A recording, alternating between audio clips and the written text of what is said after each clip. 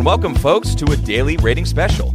Yes, today we're going to enter in a new kind of special here, and we're calling it Directors First. So with that, of course, we're going to be taking a look at some of the biggest directors in the industry and review their first ever feature film.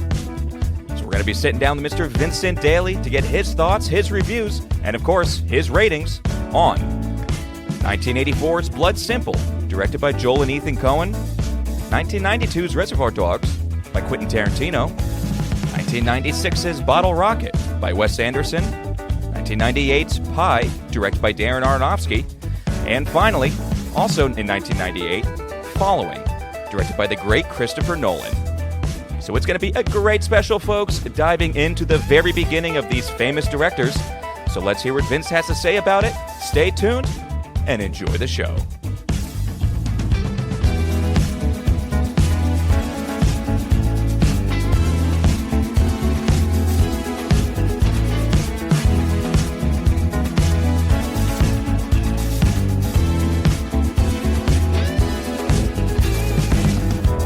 Let's bring in the man of the hour, Mr. Vincent Daly. How was your week of special movies, bro? Oh, this week was great. A huge week of movies. I was in a good mood. Yeah. After I didn't want to watch these in the beginning of the week. And I was like, it's a special. I got to watch these. And then sure enough, I was just knocking them down. I was watching. Yeah. Well, thank God for short movies. I mean, this was 70 minutes after 70 minutes. Yeah. Especially Following. I mean, it was like watching an episode of a TV show now. It was great. And I got to tell you, I finished the films. Okay. And then I went through and then I watched Pulp Fiction and then I watched Memento. Whoa. The second films of Tarantino and Nolan. That's great. Great. I was all into it. You have been on a tear. You have been putting me to shame in my own rule. When you sleep like shit, Finn, it's like you can get anything done. I'll tell you. It's great. Love the new intro too. Makes me sad we're not doing like a Michael Mann first study. It felt very, very 80s Miami there. It's funny going through because obviously this is going to be directors first, kind of part one because this is something we want to continue. Mm-hmm. And it's like the outlier of this show I would say is the Coen brothers because all these other guys' first film was in the 90s. Coen brothers was in 84, and I would say the next one that would have been good for this would have been. Paul Thomas Anderson, but we did it already. Oh, yeah, very true. In the PTA episode, which is Hard Eight. It would have been perfect. Hard Eight definitely fits into that same realm of like, it really is trying to be a peer of the movies that it's looking up to at the time. We talked about that plenty on our Paul Thomas Anderson episode. Right. With Hard Eight being kind of in the wake of Goodfellas copycats and whatnot. But yeah, I honestly, I really did love this week of movies. I felt like this was some real heavy hitters across the board for really one reason or another. And folks, what I hope to get out of this special and a series of specials is really just to approach this like a normal review. All but one of these I haven't seen before, but still do what we love to do on the podcast. Can we spot the DNA? Can we spot the makings of what are going to be the style of our directors? Yeah. So only one you haven't seen before. No, only one I've seen before. That's and that was the only one that was rated too. Yeah. So which is exciting to approach these guys. And in fact, I think we covered everybody before on the podcast, with the exception of Quentin Tarantino. Actually. Yeah. Did we do Nolan? Surprisingly not. Not a Oppenheimer. full episode. We did Oppenheimer. That's what I mean. That we covered at least something. We mentioned their name on the podcast as far as their films. Absolutely. But yeah, a lot of these we've done full kind of director study episodes. Coen brothers, Aronofsky. We do Wes Anderson? No, maybe we didn't actually. No, it was just Coen brothers and Aronofsky. Right. And Anderson, we covered his film last year, which I can't remember actually.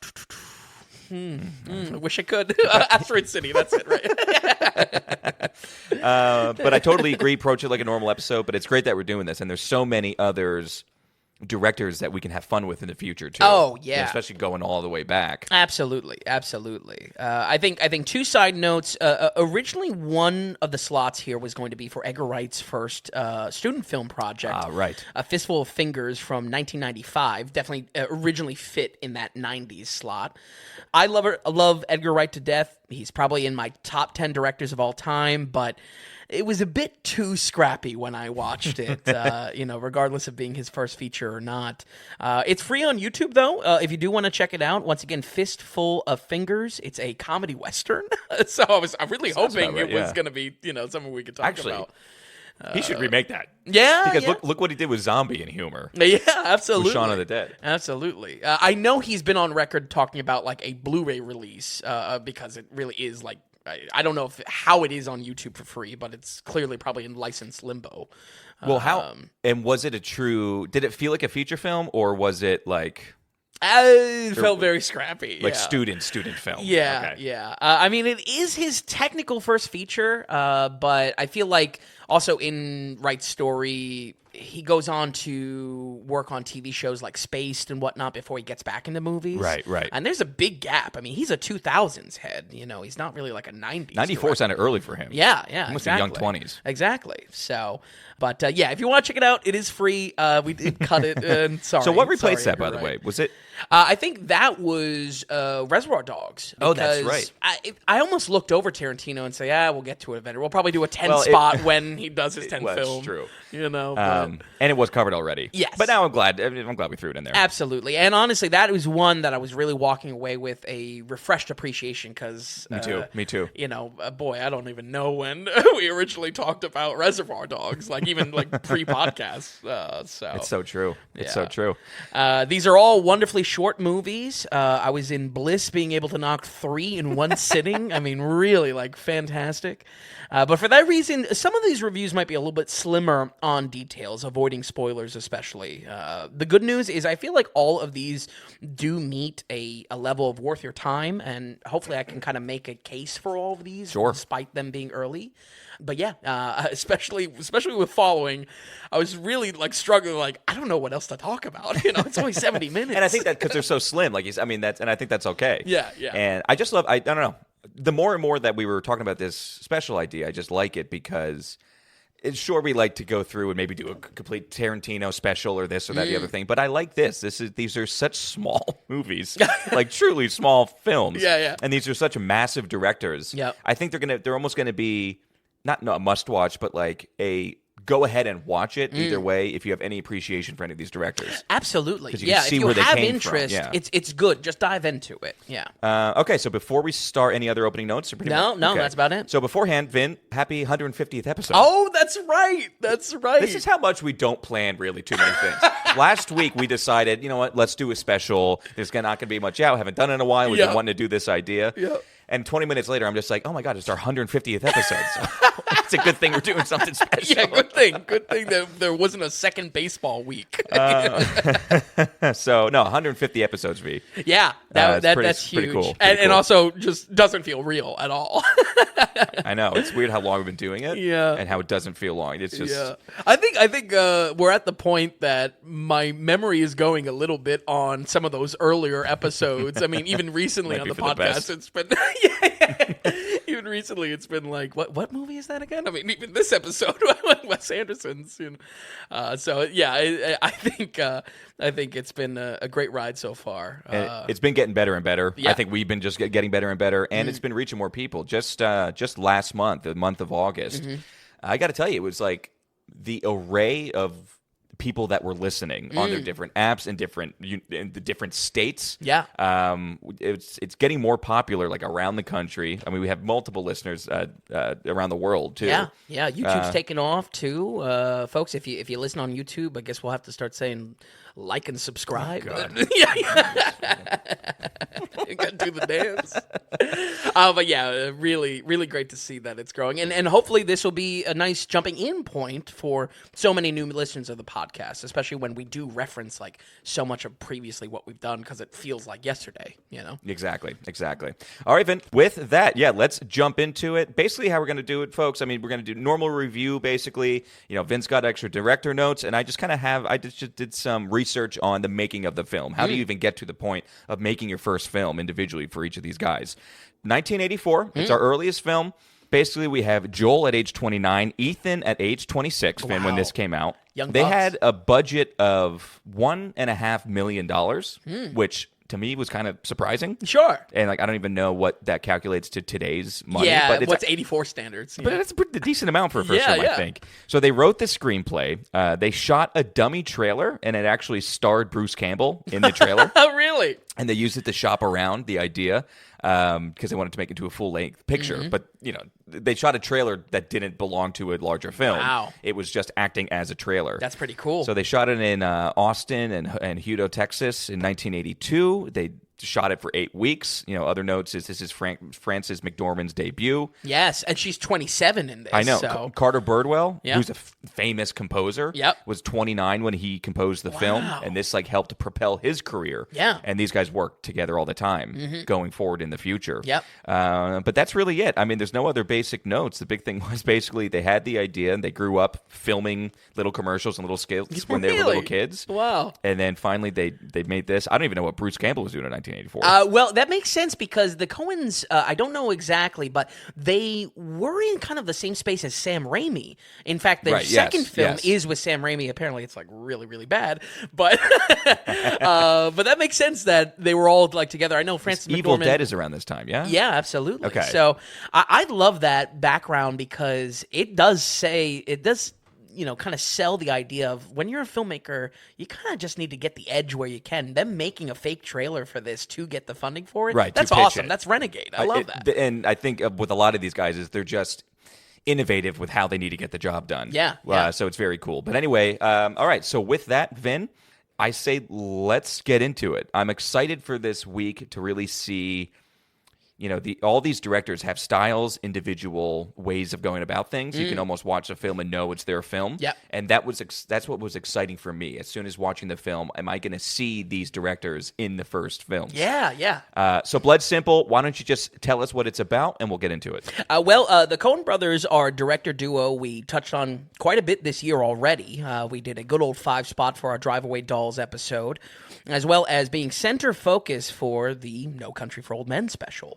So there's been plenty of talk on this channel about what DNA adds up to their movies, but I think one review I want to call back to is when we covered the must-watch Fargo much earlier in the podcast.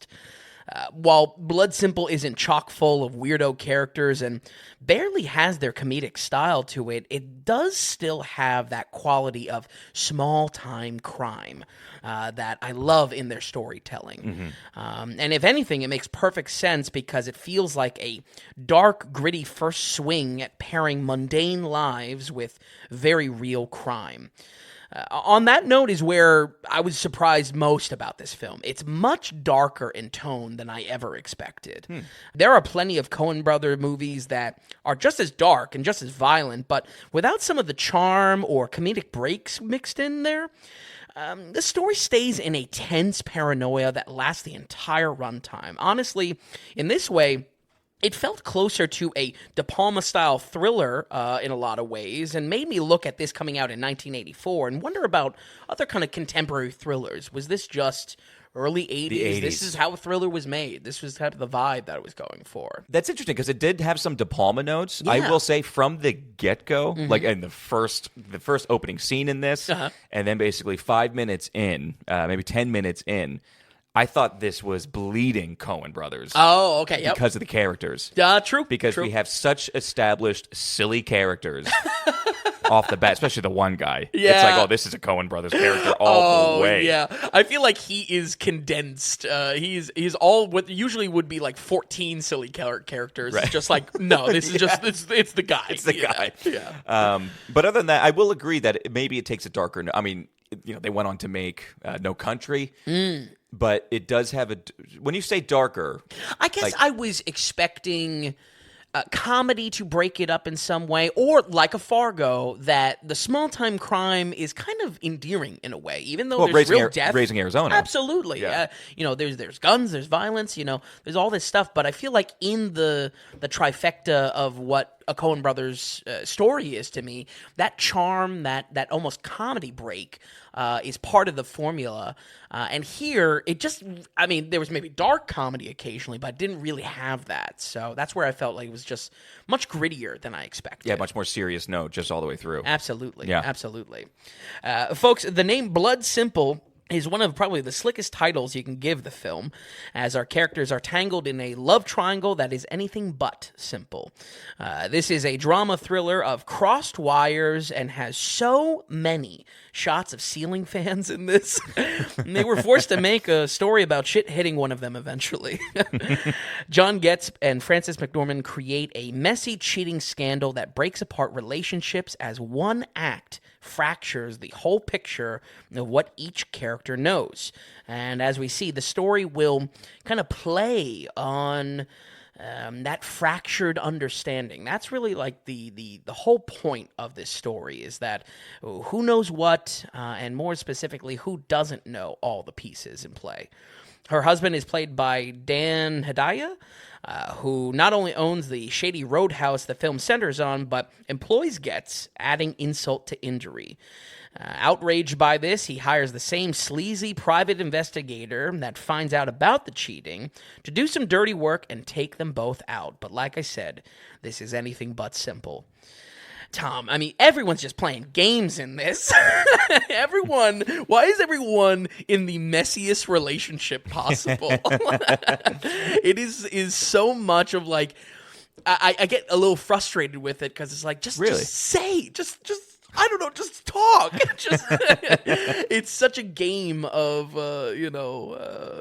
people know this much, but they don't know other things, and it's just how messy the interconnected relationship, the love triangle in it is. Mm-hmm. I feel my experience watching this can be just summed up as stress the fuck out. Really? Yeah, I was just stressed out. Oh, wow, I was having a better time with this than watching it. Yeah. Yeah, it was just like in this misinformation or them not knowing, all the whole picture of what's going down. And on one hand, I think this is a super tight script that shows both of the Coens are writers first. This is like really like a meaty story played out in the details of it.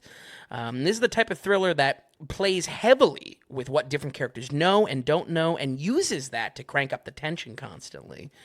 It's also where Carter Burwell really shines, a regular face doing music for them.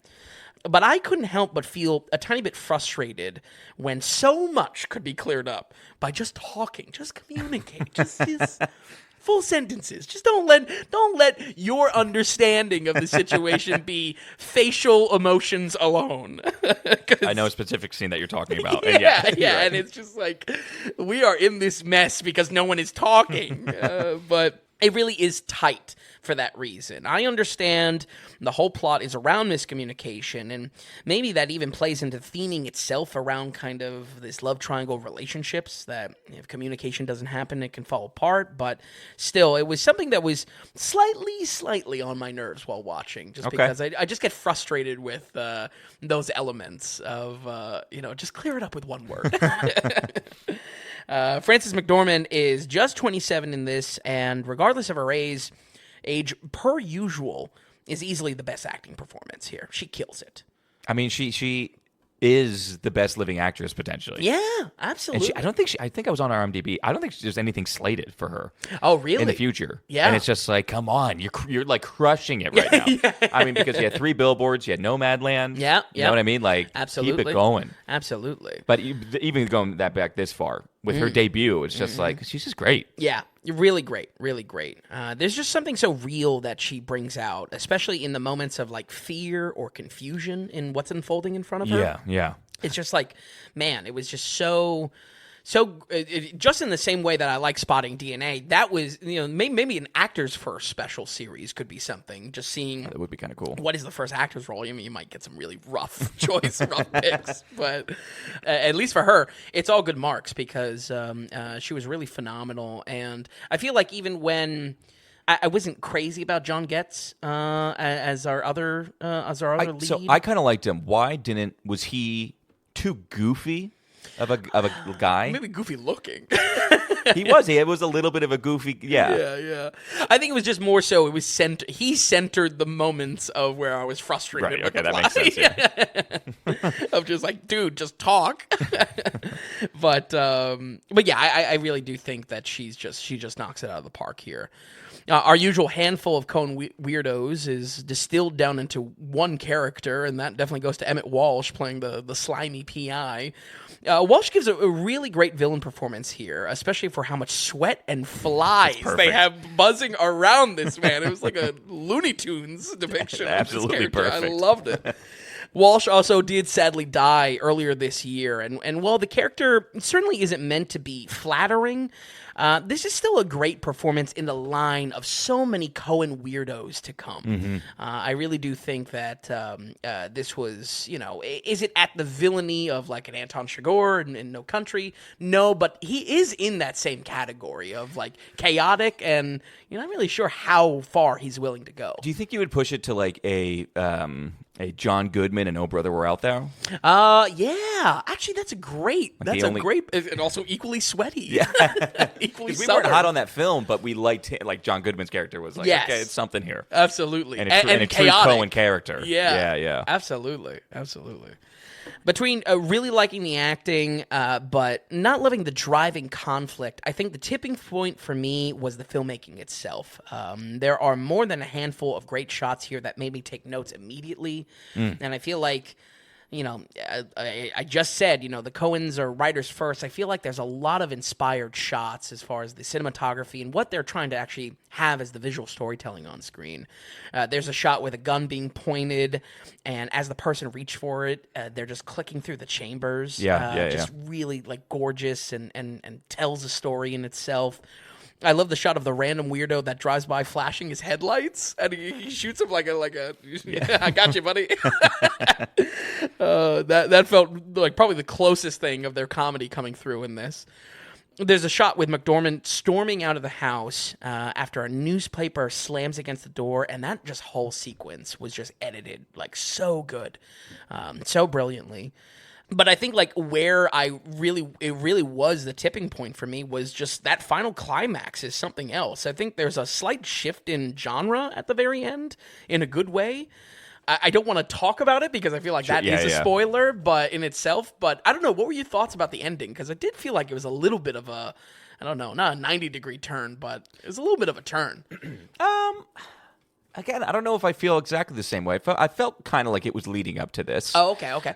I wasn't outwardly shocked by it, to be honest about it, because the film is so simple. I just was kind of seeing it going in a certain direction, and I was into it. I mean, I was most engaged then, and if you could say that it totally went for a different genre at the end, then it would be, Yeah, you could.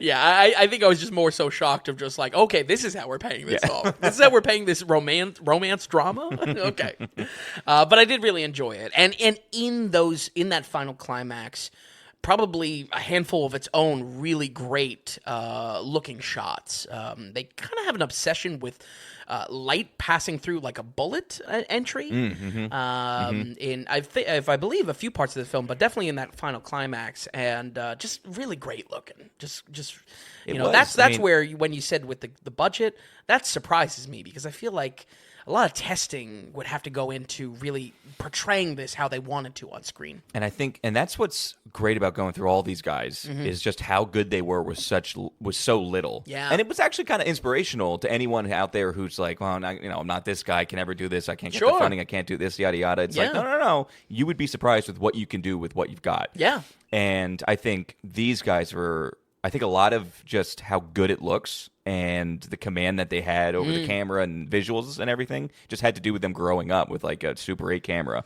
Yeah. And just having fun. Like they knew stuff already. Yeah. And I like your comment of writers first, and I almost think you could say that for all these guys. One thing I found, it's because you're working with such little everything else. You only have so much film, you only have so much money, everything is on a budget, everything needs to be tight, that nothing can be grand on screen because you can't afford it, essentially. Sure. So it all comes down to the dialogue. Yep. Where now, especially with blockbusters, it's all flash and bang and just like visual porn, basically. Yeah. And writing sucks. I mean, how much do we complain about writing oftentimes? Absolutely. With these guys, all they have to go lean back on is their writing. Absolutely. And it's probably the only area that they can put as much time as they want to into it. Yeah. Yeah. When you have your budget, when they're actually getting down into production, that's even probably thinner, to work with. So I feel like that's where a lot of the elevator pitches, the hooks to all of these films there's something electric there that clearly was the idea first before the visuals first. In a lot of instances.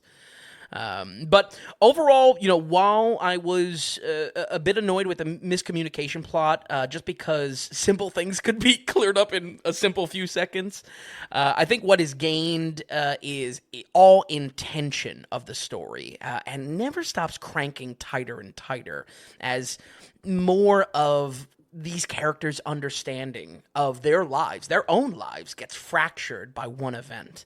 And that laser focus in storytelling is why these two brothers became a powerhouse writing and directing duo. I think on the writing side, it's what we see later on in their career that they're just kind of writing for a little bit without going back to the directing chair.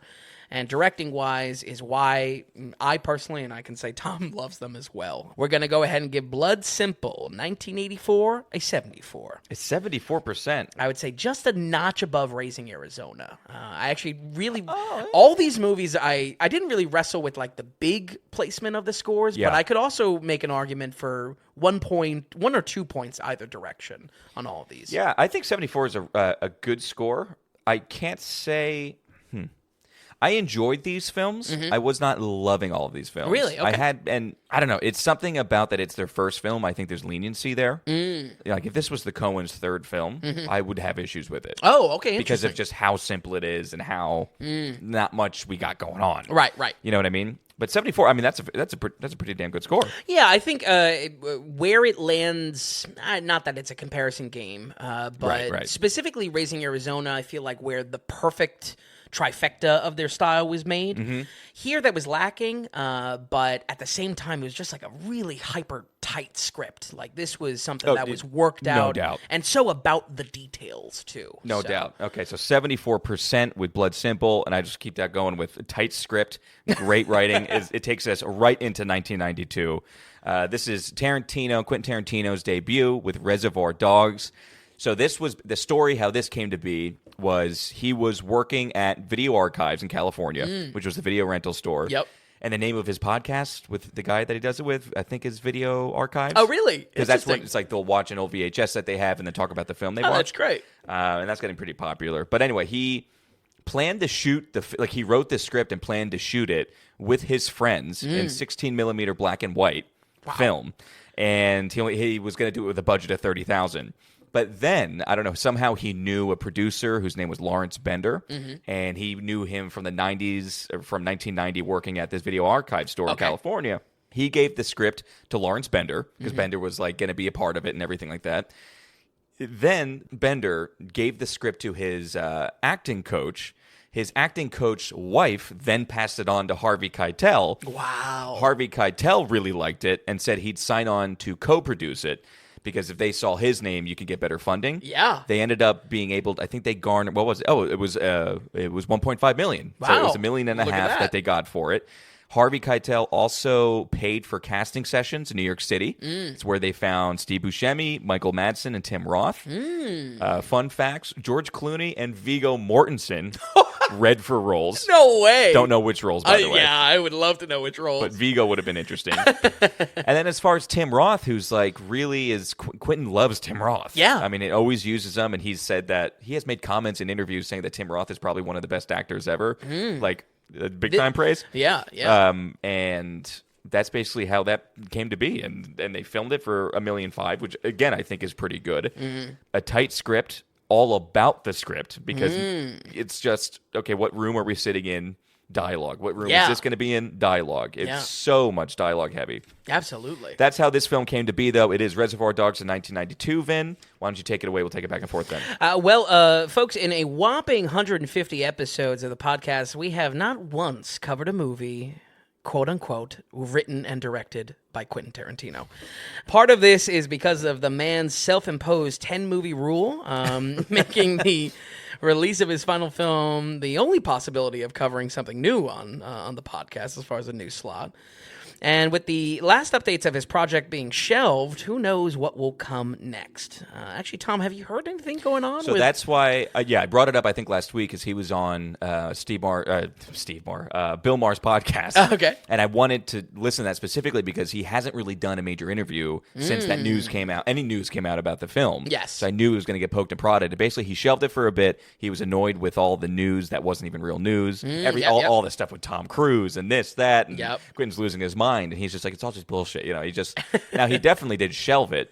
And since then, he didn't say anything about an upcoming film or something different he's going to go with. He said he has been writing plays and stuff for plays, which he made comments in the past saying, after I'm done with my 10 films, I would like to get into stage and maybe even more books. Interesting. Okay. So I wasn't surprised to hear that. So I don't know. Something tells me his mind was going crazy. You need to put that down, probably get into some plays, and who knows if 10 will be the number. I have a feeling he'll be more of an 11 or 12 film director. But that's all I got out of that long. I've always thought the 10 rule. I mean, it's certainly a noble pursuit. There's in when you're an artist, you are only at your peak for so long. I do believe that. But yeah, it's just Is that his 10 rule, or do you generally agree with him that directors' best films are within their first 10? That's definitely his 10 rule. I think there is something to be said about when you're a true artist. There's only so much time that you capture,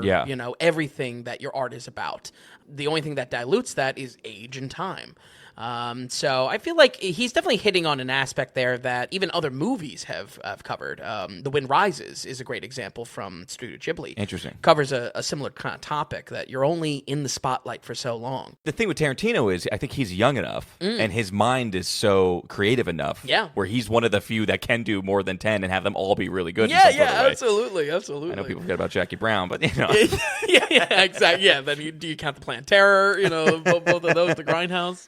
But yeah, I'm just ecstatic that he's not making a movie called The Critic that I would have to eventually review, which he's probably going to be bashing. You weren't about it? He's going to be bashing a critic's head in with a baseball bat or something. So I wasn't ecstatic about that.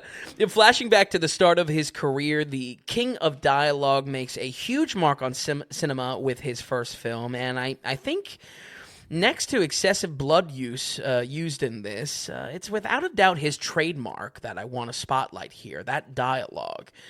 This being the only film this week that I've seen before, no less countless times, I was curious to see if I would walk away with something different, especially with how the podcast has challenged me to watch movies as of late. But nope, it's still 100% the dialogue. It's so lasered in and so fun and so witty and so sharp and so cool. If anything, I fell in love with this even more when, the 90s are looked back on as an excellent decade for movies. I think a big piece has to do with how crime stories evolved. And I strongly believe that Reservoir Dogs has an important role to play in that evolution. And it's all in how these criminals interact. I think in across multiple characters, what this movie achieves is basically what Scorsese does 2 years earlier in Goodfellas, in that these criminals talk like criminals, you know what I mean? Or at least if there's that's I don't know, if it's still a movie in some way, there's a immersion that it sells you on. You get immersed into this being a world and them living naturally as these characters. I like the idea of them being professionals. Yeah. Of the profession. That's what you get in these guys. That's what you get in Goodfellas, even in Heat. Yeah. The way that those criminals just deal with what they have to do and stuff. Absolutely. You're dealing with competent characters. You're not dealing with full-blown, unbelievable characters. Even like a Al Pacino in Scarface? Scarface, right. Because he's such a character. Yeah. These guys are more so just professional working men in the criminal world. Right. And Quentin does a good job at that. Absolutely. Just to kind of bolster your point. Yeah. And it's just even just how they talk. Obviously, it plays into even how characters have to operate within, as the plot unfolds in this. There is a type of talk that you have to make to sell the persona of a criminal or a professional criminal, and it just nails it home, really nails it. Reservoir Dogs is an intertwined crime drama that puzzles together a heist gone wrong. A group of criminals in slick black suits sporting fake names, attempt to pull off a jewelry heist that goes horribly wrong, like really, like horrifically wrong. But with so much careful planning, the survivors can't help but grow suspicious of each other. And the question is, who is the rat? Who could possibly slip in with all this detailed planning, no less surrounded by professional criminals? Well, quickly we see how fast that professionalism goes out the door, staring down the end of a barrel. Among the many sharp scripts that define Tarantino's early career, such as Natural Born Killers, From Dusk Till Dawn, and of course, Pulp Fiction, this story is intentionally scrambled to play on our expectations of how things will unfold. Not only do we jump around from pre and post shit hitting the fan, but the chapters give us clarity on who in the crew is really our main characters. I think this could have easily been bloated in runtime, but also in story content by doing all 8 chapters, all characters getting their own perspective on things. I say that because I feel like if I was making Reservoir Dogs, I might fall into that same problem. Sure. It would just be so easy to be like, all right, I have all these defined characters, their defined roles. Let's just bounce around to each one of them. Tarantino actually has some restraint in not doing that. And by holding back on fleshing out every answer to the mystery, you create a much tighter experience and a much more chaotic crime story with questions being left unanswered. You know what I mean? I absolutely do. And it keeps the story tight, for sure. Yeah. And it keeps it focused on what's actually important, because what I love about him not doing that, focusing on all 7 or 8 characters, it really lets us know what the actual story is, and actually tells us the characters that we ought to care about. And then even in, for instance, as far as the heist gone wrong, or we actually don't see the heist gone wrong, really. We don't even, there's not even a planning stage like a la Ocean's 11 where we're going through it. And that was even noted with Quentin, because he said, one, because of budgetary restrictions, we couldn't film it. Right. And then he goes, I also wanted people to understand what was important for the actual film. And for that, we have Harvey Keitel and just a few other characters. I think it's a smart budget decision as well, not showing the heist itself, because you probably need a lot of extras and that's what he said. A lot of filming. Yeah, he was like, we shouldn't have the budget for it either. So I think that's really great. And I don't know. I look at that restraint that he has here, not to tell every ounce of the story, and that actually adding to the story. Yeah, I look at Django, and it's just like, oh man, where was the restraint there? That movie goes on probably an hour more than it needs to. So when the film ended, you didn't see yourself saying, well, I could have seen more of those 2 characters. No. Which is really 2 characters that we almost see nothing of. It's Mr. Brown and Mr. Blue that just are completely where are they? And one is Tarantino. Right. I think I was more so happy that Tarantino didn't have to act more than he did. Absolutely. I was like, thank God it was him. But Mr. Blue I was kind of interested in. I almost wanted more of a story with him. Yeah. Especially because you see him in the crowd and he's like, well, what is this old timer doing here? Right. He's older than the Keitel. boss. Yeah. But I mean, how it hones in really in 3 to 4 characters only is great. Yeah, I think it's a subtle masterstroke to why this comes out so good, and a great platform for Harvey Keitel, who I absolutely love. Yeah. I mean, even going back to your production research, by 92. Keitel was in everything, you know what I mean? He's a star. He definitely was. So this definitely added to that in a great way. I'm glad that he didn't let any kind of ego get in the way of being a part of a project like this, because he really does. For sure. Yeah.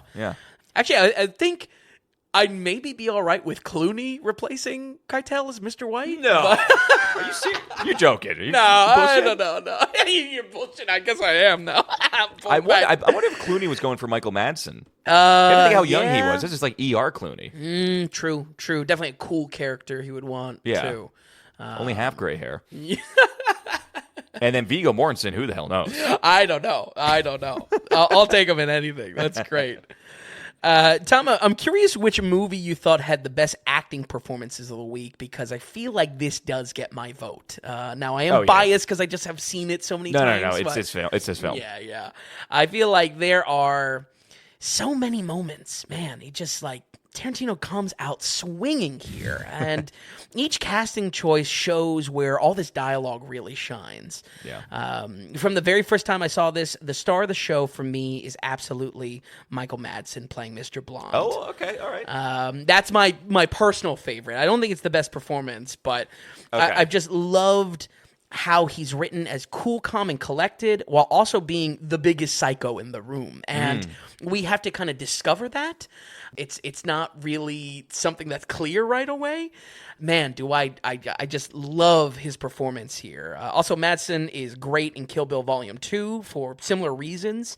So maybe Tarantino just knows who he's writing for, you know? But I would say best performance is Tim Roth. I think Tim Roth's incredible in this.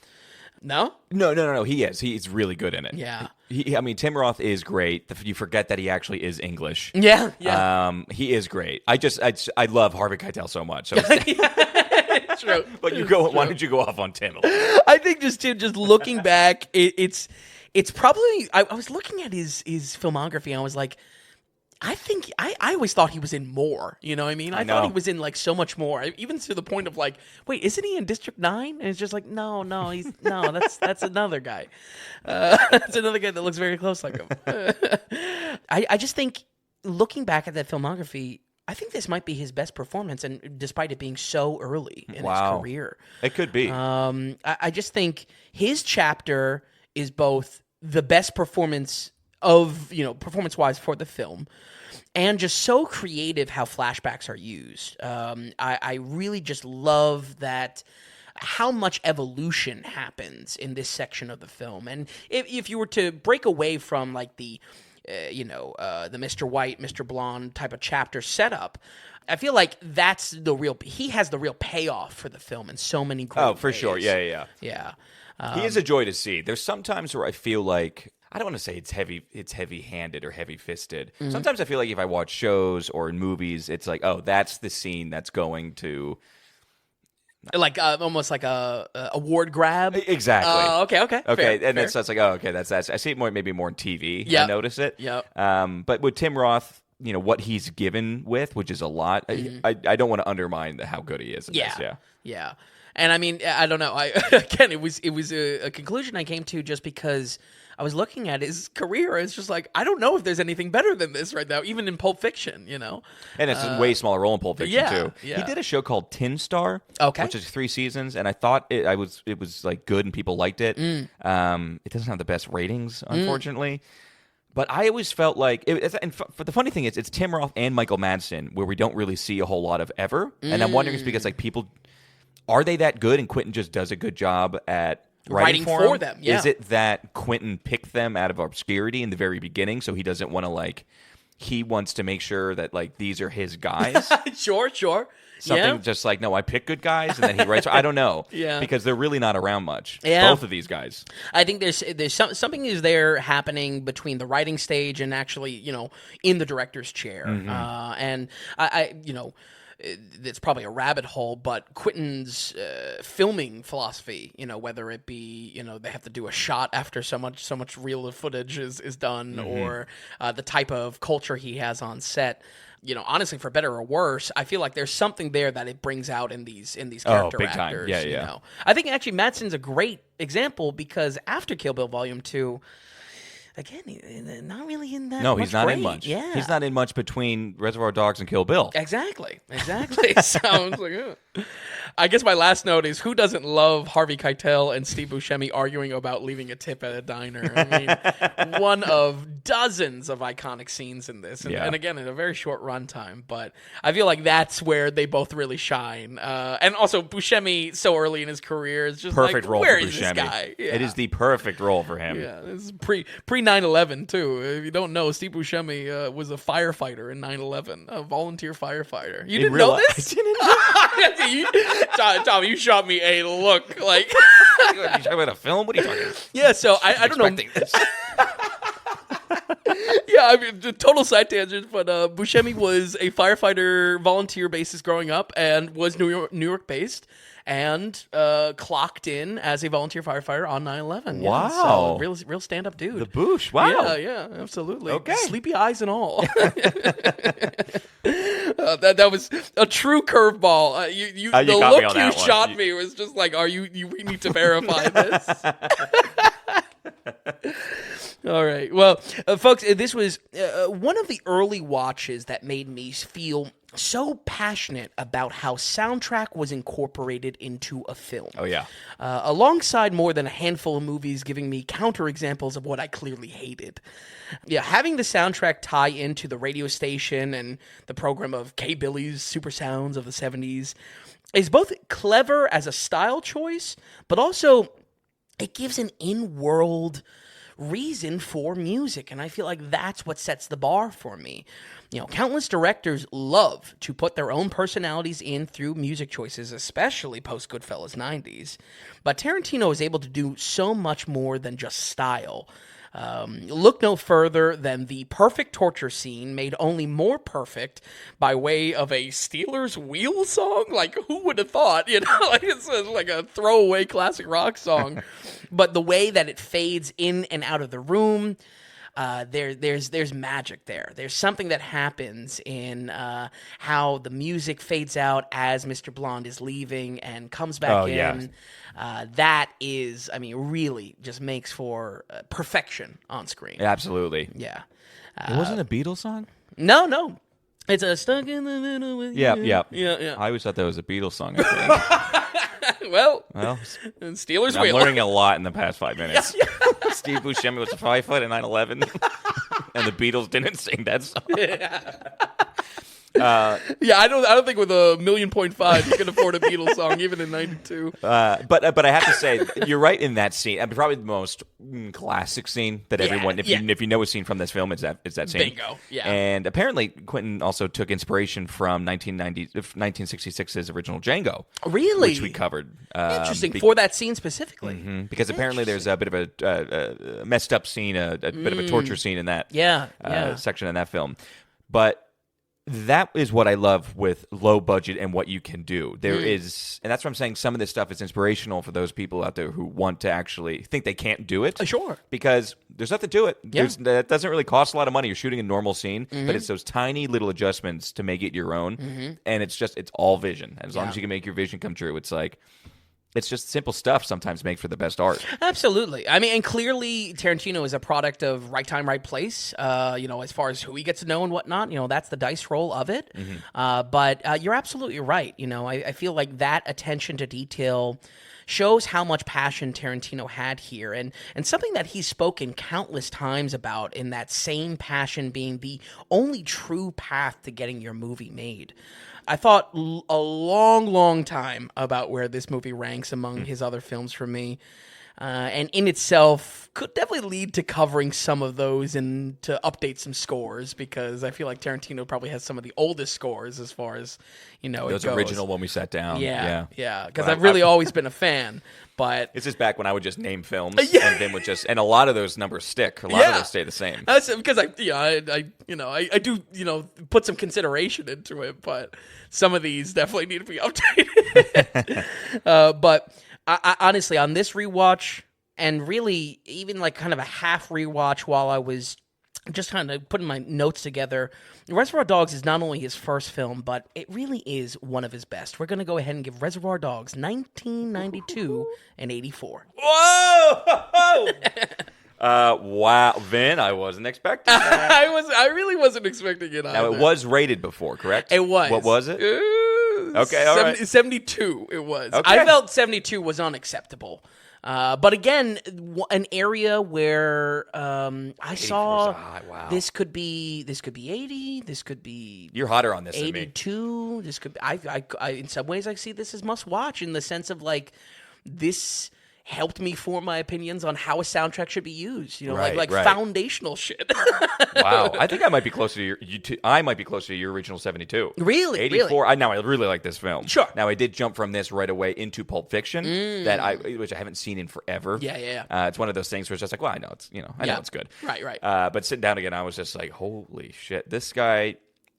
This was probably my favorite film of the week. Yep. And it's because first film, and I want to just say, as far as the first films go, I put this in like an elite class. This is elite first film. Right. This is on another level. The intercompetition of this week, Tarantino does come out, the winner. He does. 84 is a great score. Yeah. And I do want to back you up on those old films. It's well, first of all, I don't even know if we talked, but we don't even know when we started the daily ratings. When we started sitting down on the couches, talking, and me just throwing movies at you. The list started with an original 50 movies that I just came up with a list and just shouted them out, and then you just gave films and or gave scores. And famously, what I say is just like, your criteria is still the same, because I always go back to Wrath of Khan. It's one of the first films you ever gave a score for, and then we reviewed it for the podcast. Yeah, and you didn't, and it got the exact same score, and you didn't know. I did not know, because I had control of the list. I wouldn't let you see it. Because I was interested to see how you started to do scores when the podcast went live. So these tweaks, I think, need to happen, especially when we watch a film like this, and it's such a difference in it, and when we go back that far in the podcast, which I think was 2015. Well, that's the thing. We even found documents that were earlier. The one Word doc that you found was it 2013? Recently. See, that feels too early, but maybe. I think it was January 2013. You know what's so funny, and what jogged my memory about this is when we were talking about Prometheus, because we were definitely in like kind of movie debriefing mode, because you knew I was like super upset about Prometheus on launch, and that was 2012. So let me go back and find the documents again, because we should know that. I mean, we should know it, just me and you, but also the fact that, like, even on the podcast, we have never actually said how long we've been doing this, because we don't know how long we've been doing this. But anyway, it has been. Do you think you have watched Pulp Fiction since we started all this? No, definitely not. Well, then it's been 10 years. I think that needs a revise. I think that's currently standing at like a 76. A little brutal. Oh, I'm sorry. I said Pulp Fiction. I meant Reservoir Dogs. No. Same with Reservoir Dogs. Did not watch. So it's like 10 years ish. Yeah. I think a lot of Tarantino projects, really the ones that stand out to me that I've revisited are like Inglourious Bastards, Django, stuff like Hateful Eight, obviously. So 84% for Reservoir Dogs. Wow, that is going in the honorable mentions on the site. Yeah, absolutely. And just to take away from kind of what we call must watch for the audience. Wow, Vin, excellent score, Vin. I just want one more comment on Quentin Tarantino, because I think he does it the best. And watching Reservoir Dogs as a first film, comparing it versus these guys, and then going to Pulp Fiction right away too. It's unbelievable, his dialogue, and how a lot of it is just basic dialogue, simple dialogue, or it doesn't matter. It's everyday dialogue that you wouldn't think works on film. Sure. But the way it's written, the way it flows, and the way the actors deliver it, it is so... It feels so right, and it's so captivating, even though you could be, Sam Jackson talking about a cheeseburger. It's so captivating to the point where you're just like, oh, anyone could do this. Anyone could do this. And yet no one did. Yeah. It took until the 90s for it to, and you realize how special it actually is. Absolutely. Because when you think about, he makes it look so easy, and that anyone could have done it. And so much so that we get copycats for now until infinity. And it couldn't be further from the truth. And that's what's so impressive about this guy. Absolutely. He makes it look easy. It's not. 84% for Reservoir Dogs. Okay. All right, we'll keep on moving, Vin. Okay, so we're jumping to 1996 now, and we're going to be with our friend Wes Anderson. And the film is called Bottle Rocket. So, did you do any research on this at all? Light, just in the sense that there's a short that was made 2 years? In 1992, he came out with a 13-minute short film called Bottle Rocket, like a full 4 years before this film. And then that was screened 2 years later at 1994 Sundance, and it starred the Owen brothers. It starred Owen Wilson and Luke, and also Musgraves, who plays kind of the third musketeer in the film. Okay. So this caught the eye of James L. Brooks, who is also a producer. He co-created Mary Tyler Moore's show. He co-created The Simpsons. Oh, wow. So he saw the Skydance premiere, or the Sundance premiere, and he wanted to finance a feature film. Wow. So he financed a feature film. It had a budget of $5 million, and it only made $560,000, so it was a bit of a dud when it actually came to theatrical release. Sure. And in fact, it failed so bad enough where Owen Wilson, it made him really depressed, and Owen Wilson was about to go into the army. Wow. Yeah, A because very he thought his acting was kind of done after this. wow. That feels very appropriate for the character he plays in this as well. Like gets jaded and is like, I'm going my own way. Yeah. But once again, how it was born. He made a 13-minute short, happened 2 years later. Yeah. Finally got into Sundance, Wow. caught the eye of a major guy, and he financed for $5 million, and that was how Bottle Rocket 1996 came to be. And just one real quick note, it was on Martin Scorsese's top 10 list of the 1990s, was Bottle Rocket. Interesting. So, wow. And I'm always interested in that list because it's the whole 90s. Wow. Interesting. I know. Okay. So let's get into it, Vin. Bottle Rocket, break it down for us. Well, during the planning of this week, Bottle Rocket was easily the one I was most curious about to test if we could spot the DNA. Among the huge style in our handful of directors, Wes Anderson just might have the loudest to him. So much so that a critique of his recent career is that he can't really escape his own aesthetic. He's kind of trapped by his own stylings. Yeah. Largely his visual style, specifically that visual style, will take time and money to emerge in a type of one-upsmanship he has between his own projects. He's always trying to kind of almost outdo what he did previously. And we kind of see that reaching critical mass post Hotel Budapest. But here, I think his hand is found in how these characters are always written as soft losers, but nevertheless, their stories are respected. Their depression may be nonsensical, but their stories are respected. They may not be great characters, but they're portrayed in a way that you find them lovable and, once again, respected. Don't get me wrong. There's still sprinkles of his visual style here and there. For instance, we do get only one type of presentation close-up shot, the planning notebook scene with Owen Wilson and Luke Wilson, rather than, I don't know, the usual 27 you'd get now of that same type of planning, presentation shot. Maybe most of all, snappy editing cuts that do the heavy lifting for intentionally awkward comedy. Intentionally awkward comedy with no less than 3 total Wilson brothers. Wow. 3 total. I knew about the 2. The third was a surprise. It was a surprise. Yeah, that was a jump scare. Bottle Rocket is half rom-com, half crime film around a gang of losers in their transformative years. These wealthy deadbeats in suburbia try to plan a robbery, living out their cops and robber dreams. Luke Wilson plays the rich son who, through a mental breakdown, gets roped into helping his friend more out of pity than anything. And Owen Wilson plays that idiot friend who, after getting fired from his landscaping job, starts to childishly plan a revenge robbery. And that's where, him not liking his acting and maybe going into the military feels very on par for this character. They hit the road on the run, and next thing you know, Luke turns the plot 90 degrees by falling madly in love with a Spanish cleaning lady. Folks, that's what I mean by half and half here. I personally felt like this had a tight crime story to tell, but was just kind of stuffed in the middle with a meaty romance that I felt a little disjointed from things. It's also where I was curious about the short film version of this that came out 3 years earlier, but I wasn't able to track that down. I don't know. Were you able to track I didn't even that down? check. I didn't even look for it. Yeah, I mean, it's a 13-minute version of it. The fact so that it was it's shown on obviously- Sundance makes me think that it has been saved in some sort of way. Yeah. Or archived in some sort of way. Yeah, maybe Criterion picked it up or something Right, like that. right. But as it is, the middle of the film is bookended with the much better parts of this movie. I don't know. How do you feel about that? Yeah, I kind of took it because that middle section and how we are kind of stuck at this hotel for so long, it made me kind of rethink of what I thought this movie was going to be after the first 20 minutes. Sure. And it almost was like, okay, this is just a day in the life, Napoleon Dynamite-ish yes. type of film. Yep. And my personal love and appreciation, enjoyment of a film like that can only go so far. Sure.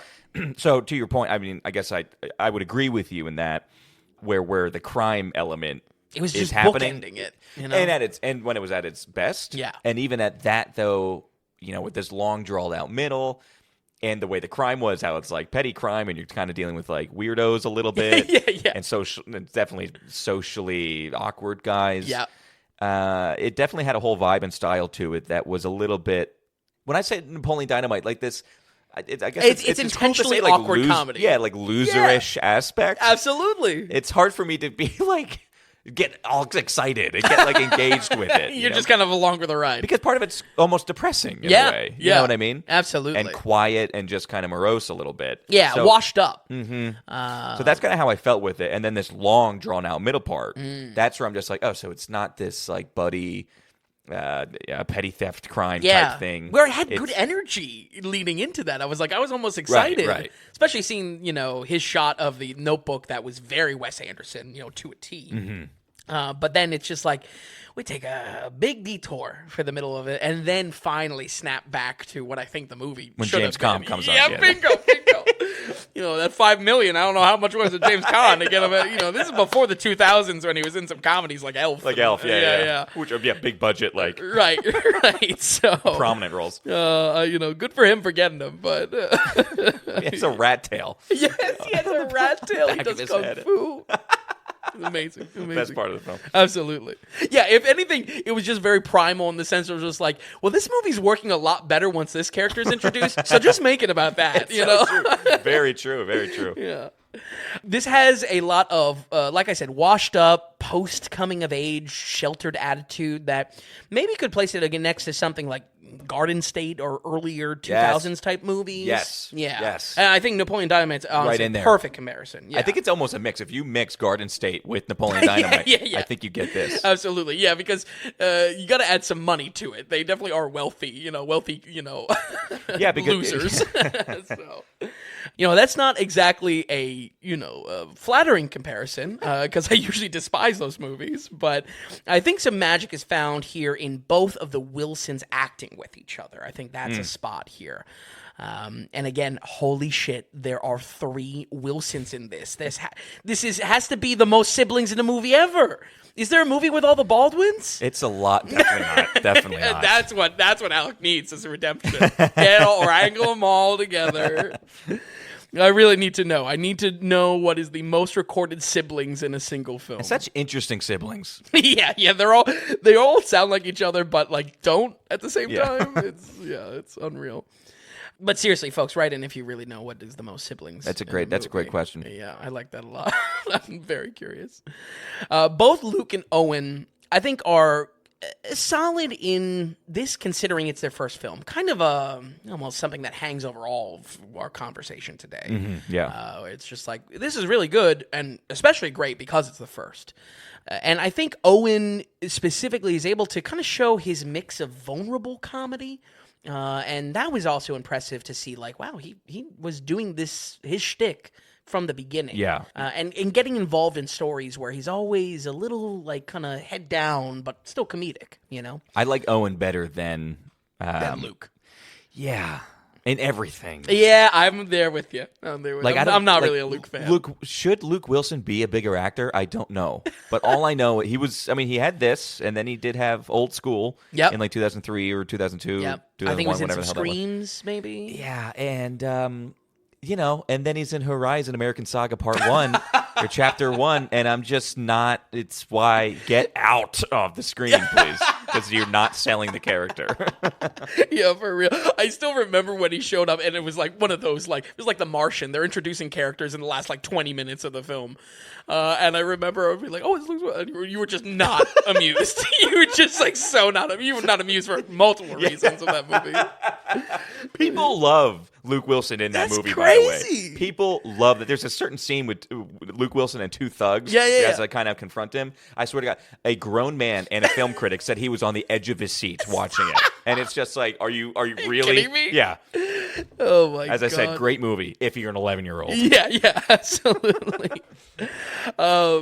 But I think where the 2 brothers work together, and maybe even the third, what is it, Andrew Wilson? I don't know. Yeah. I think it works to sell this lovable loser angle.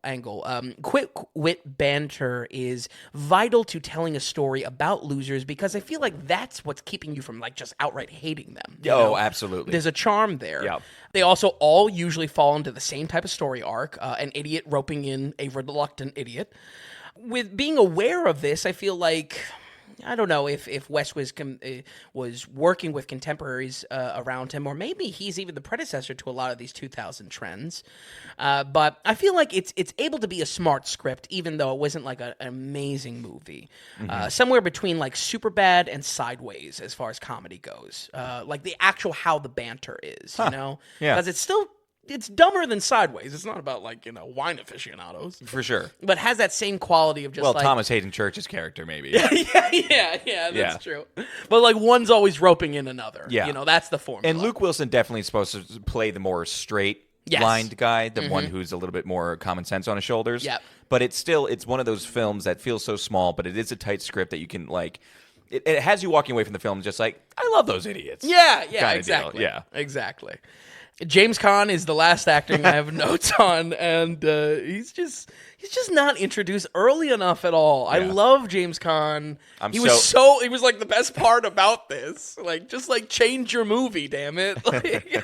Without a doubt, by the way, James Caan most enjoyable. He's so good. I feel like this could have been, frankly, an amazing movie if you just take out that middle chunk and tie him in more earlier. It blows my mind how they got him. It really blows my mind. I had to do a double take. I was like, no, for real. And even it's a jump scare because you look at like the IMDb, and it's like, where is he on like the top billed cast? He's like 3/4 way down the cast listing. It's unreal. That is crazy. I don't know what was going on there. Yeah.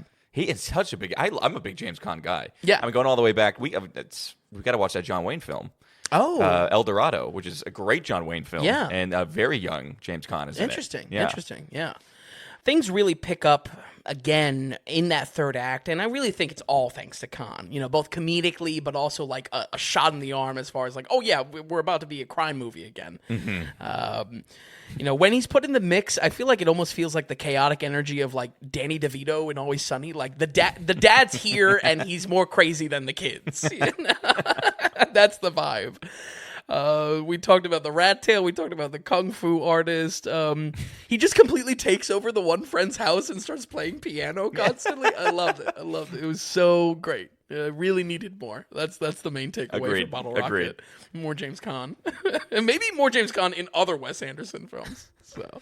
Well, we kind of do, because that's when Wes starts using Bill Murray. No. Oh. The replay Gene Hackman. Oh, true. yeah, similar vibes. Yeah. Folks, I think it's interesting that over the next 10 years after this, we see Wes Anderson pretty much try to tell the same story with the same theme again and again. Call it what you want, but a type of longing his characters have to overcome something that on the surface may not appear wrong, but nonetheless it is real to them. Frankly, I think he at least has one character like that in all of his films, even till today, whether the story is around them or not. And I feel like on that note, it was still worth watching to spot those trends, especially because there are two ways to know our writer and directors. And specifically, I feel like this was something that gleamed on that writing side. We're going to go ahead and give Bottle Rocket 1996 a 63. A 63%. Still good, not great. Right. You know what? I think that totally makes sense. Yeah. And again, in the intercompetition of the week, also probably the least illustrative of the director, would you say? 1,000%. Yeah. We'll get into that a little bit later then. Yeah. So, okay, all right. So 63% for Bottle Rocket. And again, I mean, there's an audience there for somewhere. If you're into that small time film, quiet film, kind of in the country, not a lot going on, like a Napoleon Dynamite, or even just a Garden State, which this is better than Garden State. Yeah. I guess watched it, but also then if you're just a Wes Anderson person, it's good to start here. It's good to don't forget about this, first feature film of his. Absolutely, and I feel like not Wes Anderson. I feel like Owen Wilson is still playing the character he portrays in a lot of roles.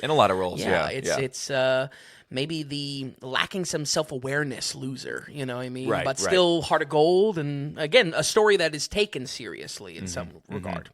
Okay, Ben. All right. So with that, before we get into our next film, we just want to remind people that we are going off the value for value model, and we were totally producer supported. So because it's a special, no producer segment or anything like that, or if you did produce this week, you'll be mentioned on next week's show. It's like if you donated in. But value for value model and being producer supported, what that means is Vin and I aren't going to deal with any advertising. So we're not going off of advertising money because we're not just going to shovel that into your face or on the site.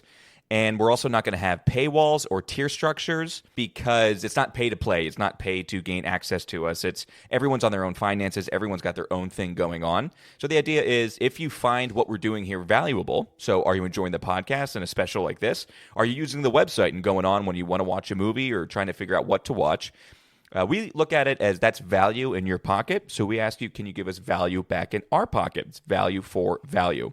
So basically, you go to thedailyratings.com and go to the donations tab, and through your monetary support when you donate in, you become an actual legitimate producer of the Daily Ratings. Because just like in Hollywood, when you financially support a project, you're a producer of that project. So when you donate, you can donate whatever amount that you want. We do have some set donations, like buy Vin a movie ticket, become a Godfather, join the Gump Club. But there's a big value for value button there. And it's really, it could be as little as $4. It could be as high as whatever you want. If you want to give a $500 donation, that's incredible. If you want to give a $5 donation, that's incredible. Again, the reason why we're doing it is because everyone's got their own thing going on. Everybody's week or month is different from the last. So we never want to peg a number to it like a Patreon where you need to give us this much money and then you get extra content. No, it's all there for you. But remember, this is time consuming. Vin and I, have normal jobs, and we really enjoy doing this. But 150 episodes, it is thousands of hours put into this. Again, it's fun for us, but just remember that if you are enjoying it, if you're finding it valuable, if you could send some value back. And when you do that, when you become a producer, you can write in a producer note. So if you email us at tom.vin@thedailyratings.com, you can email us there when you donate to the show and write in a note. And that could be questions, comments, critiques. It could be suggestions. It could be movie related. It can be anything related, almost like an ask us anything type of deal. The point is when you donate and become a producer, we not only want to say thanks, but we also want to, give you a little bit more. We want to open up a dialogue with you. It's a through line to you. And it means the world. So again, it's thedailyratings.com and head to the donations tab. And all different ways. If you want to do debit or credit, if you want to go straight through PayPal, if you want to do Venmo, we just accept Satoshis. If you're into, Albi and are into podcasting 2.0, it's all there. No matter how you want to donate, it's all there for you. So we appreciate it so much. If you want to be a producer of episode 151, just head to thedailyratings.com. All right, Vin, with that, we have two more films here. Both the 98 Showdown. Yeah, both these came out in 1998. Both black and white.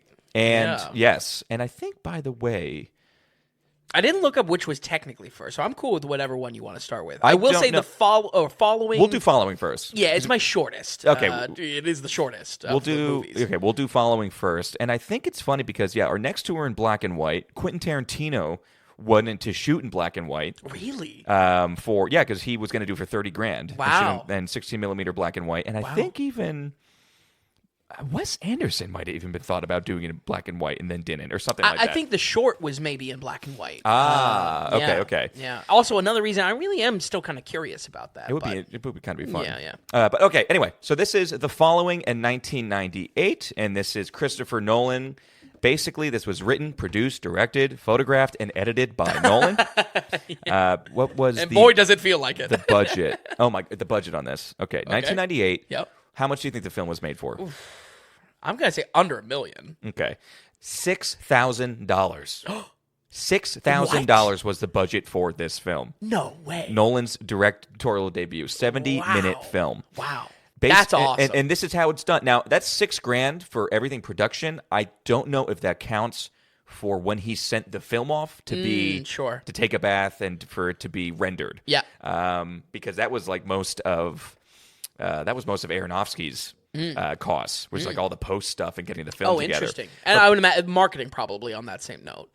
If you could say marketing was even with any of these films. Very but true. How he did it for a budget of $6,000, so scenes were extremely rehearsed, so only one or two takes needed to be shot to keep costs down. Okay. So everything was rehearsed multiple times live, and then that way when they're rolling, boom, they can get the shot and then turn the camera off, essentially. It was shot in 16mm black and white, which is what Tarantino wanted to shoot for originally with Reservoir Dogs.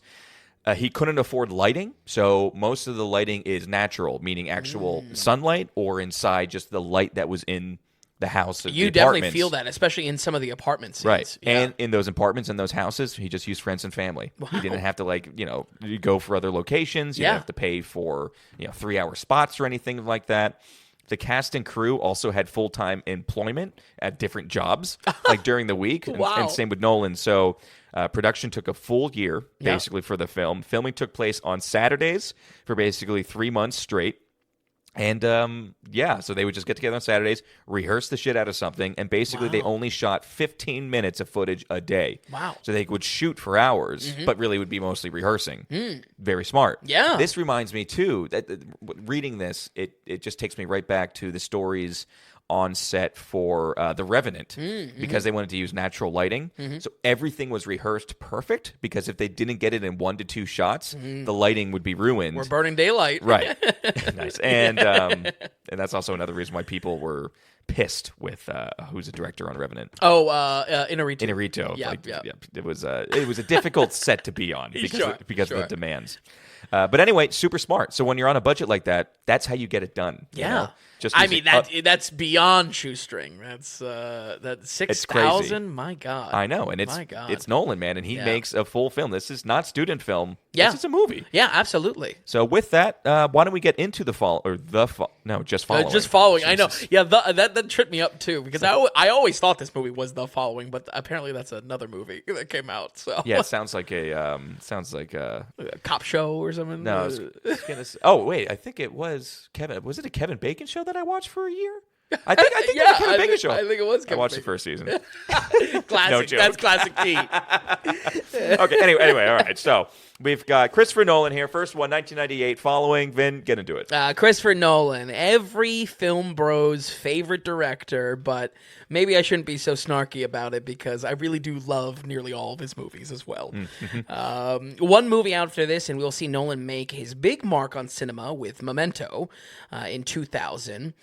And see what I think is his trademark coming into view, playing around with time and how information is presented to the audience. Alongside his brother, Nolan has a hand in writing all of his movies, the story structure to nearly all of the films, playing some sort of game with how scenes are presented to us in the audience. And folks, I was thrilled to see that was 100% the case here.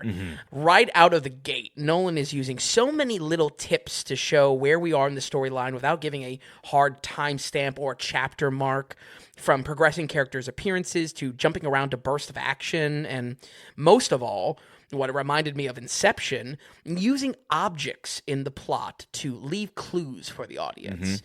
And it just felt like, wow, this was like so much Christopher Nolan. Like it was exciting to watch. It was like, wow, he really is like, this is his DNA 100%. I mean, from the get-go in the opening credit, it's so loud. The music playing is so loud. And that's what I'm sitting there going, yep, I know who this one is. That's the guy. So true. But yeah, I think coming out of the gate, as far as like what this special is after, I feel like the following was such a great example of what we're trying to get after here, of like spotting trends and this is the director's DNA through and through. Absolutely, right here from the opening shots. I mean, yeah, from the get-go. Following is a black and white crime thriller that can be summed up as Curiosity Killed the Cat. The story centers on a young writer with far too much time on his hands. In boredom, he starts following random strangers in a completely random way. There is no intention behind it, just seeing where people go. But when it stops being random, that's when it all starts to go wrong. Folks, that description is me paraphrasing the opening dialogue to this film, and goes to show that Nolan is a powerhouse when it comes to great elevator pitches. I feel like this one, on top of being only a very breezy 70 minutes, really lives and dies on that initial hook. You're either in it or you're not. For me, I was in it. I think the simple and effective hook here is that it plays on the very human curiosity to people watching. To imagine who an individual is within a crowd. People watching plays into how our characters operate as well, reading intentions and predicting more than just movement. And as it turns out, that just so happens to be an excellent skill set for a burglar on the rise. I gotta say, this is the first one I watched this week, and boy, was I in love, because it is a breezy 70 minutes. 70 minutes. I will not stop. I will not stop praising this. I mean, I feel like we need to see a different direction of where movies are going. Movies have gotten very bloated as of late, and sure, folks, you picked this up of listening to like the new reviews we cover in the week. But it's just a great example of a story not overstaying its welcome. I feel like almost a minute more, it might overstay its welcome. Yeah, I feel like if he needed to feel like he needed to hit the 90-minute, the hour and a half just to be like a movie, feel like you made a real movie. Right. It would have been way too long. Yeah, way too long. Absolutely. And there would be too much drawn thin on, questions unanswered, or maybe even the style of chopping up the time of how we're jumping in. Yeah, it would have been too much. Because with Nolan, because it's the first film and his first going at this, it is still a simplified plot, big time. And because he's messing around with time, there's only so much he can do. Yeah. And does it beautifully. Yeah, absolutely. It really is just kind of breaking down three segments ultimately, and you see this through primarily haircuts, bruises on faces, a little bit of clothing, but again, objects in the world that we pick up as much more than just like, I don't know, something cynical like a MacGuffin. It was just like, oh, this is just something that we need to get to move along the plot. Yeah. Objects are used differently, especially in this. And like I said, I mean, probably the whole point of Inception as well, that it's much more than just a device. It's something for our memory as well. It's something to participate while you're watching. I also don't have a huge amount to say here, both for story spoilers, but also because the mystery unravels very quickly. We go from a wandering atmosphere to almost immediately having all the pieces of the puzzle just given to us out of order. So it's a bit difficult to summarize, no less being so short. So I would say that's going to be about story spoilers, but that's ultimately where I'm saying, like, all these movies were worth watching one way or another. This one definitely falls into it for the purpose of this special. Yeah. It's for watching for Nolan and his trends. I think a small piece of what I love about Nolan's style here is that he knows how to crank tension, and that's something we've joked about with his choice of blaring music, and it's no difference here. His career is filled with wonderful examples of this. The opening bank heist of The Dark Knight, the dream antics of Inception. Hell, pretty much the best thing about Tenet is that opening, and might be the only good thing about it. No, there's more than the opening. That's one that I have to watched revisit. I turned it on last night. Oh, really? I fell asleep. But I'm telling you, the first hour of that film is freaking amazing. That opera heist, man, that is so good. I mean, and when Robert Pattinson comes in, it's just give me this. This is the best Bond film. Yeah, sure, right. And then we get Nolan. Welcome to a new decade, Christopher Nolan. You know? Yeah, he found out how to run the reel backwards. So many scenes here will twist the knife on already tense or kind of uncomfortable moments. A solid early example is the first time he's in a stranger's apartment and that door unlocks. It really is like, holy shit, what's going to happen? Like it was already like, no, you shouldn't be here. And how that twists and cranks up tension is just excellent. This is side by side with using soundtrack to punch up these moments. Far before he had Hans Zimmer in his pocket. David Julian stays with Nolan for early projects like The Prestige and Insomnia. And so much like our next film for Aronofsky, I just really enjoyed this late 90s feel to it. I really did enjoy... Yeah, it did feel late 90s. 98. Whether it be kind of like electronic beats or kind of like paranoid type of, atmospheric music. I thought it was a really great match for that. I don't really have notes on our actors, mostly because they kind of go on to do nothing, which is surprising. I was going to ask you how we felt about them. I liked our main guy. Here's what I think about the main guy. Yeah. His voice was doing a lot of work for him because he had a very deep voice and a very strong voice, a good voice, I think, for the role. And as far as acting goes, again, it's a lot of people talking. So they just need to be the character and deliver the lines in a realistic way where we're buying the characters. And I did for both of them. The main guy, Jeremy Theobald, and then Alex Hall played another guy. I liked him. Maybe seemed a little young, but I liked him. And then the main guy, Jeremy Theobald, again, I thought his voice was doing a lot of work. I thought he was good. Nolan keeps him as like bit parts in his continual roles. Very small. I almost feel like does he feel slighted? It's like, hey, I'm the guy who helped you out here in the beginning. You know where I came from? But I think nothing notable, nothing lasting. Where we have a James Caan or we have a Harvey Keitel killing it. Yeah. Sure, absolutely. There was something there that I was almost surprised that none of them do anything afterwards, because it's like I kind of see promise, not in that they're amazing performances in themselves, but I do see promise in the film of just like, yeah, these people can go on to do something. Right. And this is a really kind of interesting kind of psychological script that honestly I could see them being gobbled up by other type of thrillers in the 90s I agree. Or in the 2000s. So, but yeah, just not too much going on there. And like I said, it's a real short movie. So that's kind of about it is what I have to say. I think, once again, like I spoke about with Wes Anderson, the next 10 years of films after this all revolve around in what drives his characters forward and how that pushes them in the way of conflict rather than maybe having the conflict itself. And it comes from his character's own strong desires. Prestige, Insomnia, even Batman Begins. These are all kind of in a similar sphere of like very strong central character, almost pushing themselves into danger. Yes. And pushing themselves into the conflict, not really sourcing the conflict themselves. Unlike a few of the slots in this week, however, I felt the visuals of his storytelling were on point for what we'll see for his entire career. This was like a shot in the arm. This is an adrenaline dose of what we know Nolan to become. And, this was the first one I tackled this week, and no joke, might be the best example to spotlight the qualities this special is chasing after. We're going to go ahead and give the following: 1998, a 71. 71%. Okay, I like this. Yeah. I like this, and I like the film watching it. I have to say, again, it feels like a small film, and it feels like a first film. Yeah.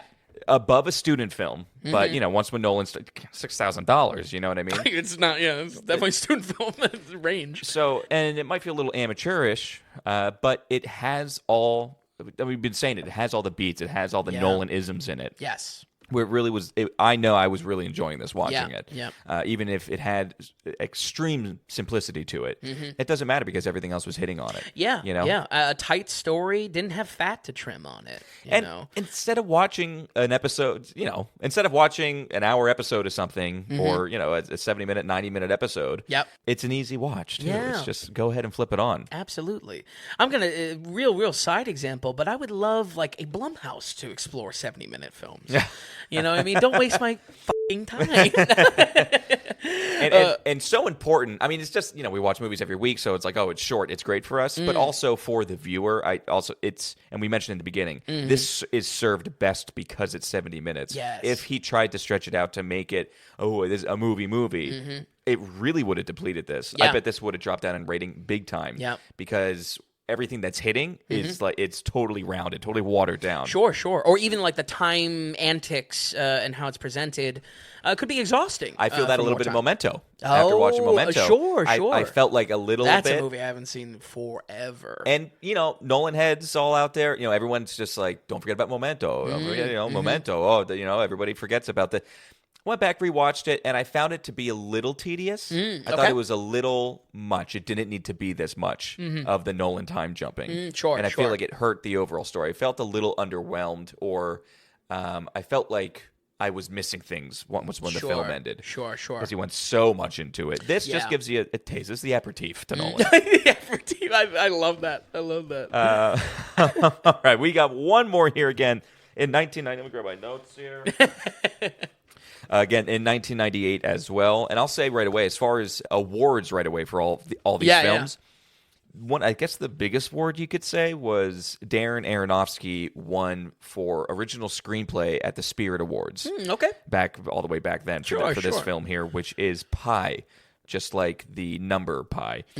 Which I don't love. I don't love this, and I don't love the following. It's just too difficult. It gets even searching for it can be difficult. Sure. I mean, even right there, you said the following. Right. They're shooting them. Is that right? They're shooting themselves in the foot a little bit. But anyway, Aronofsky was 28 years old here when he made this film in 1998. It was filmed on high contrast, black and white reversal film, which is a certain type of film for whatever reason. Interesting. Okay. And also, all this is to keep costs low. It was financed by Aronofsky and producer Eric Watson. Okay. They said they begged every friend, every relative, and every acquaintance each for $100. Oh. And that's how they kind of put funds together. They made $60,000. Oh, that's not bad. Which is pretty There's good. A lot of friends.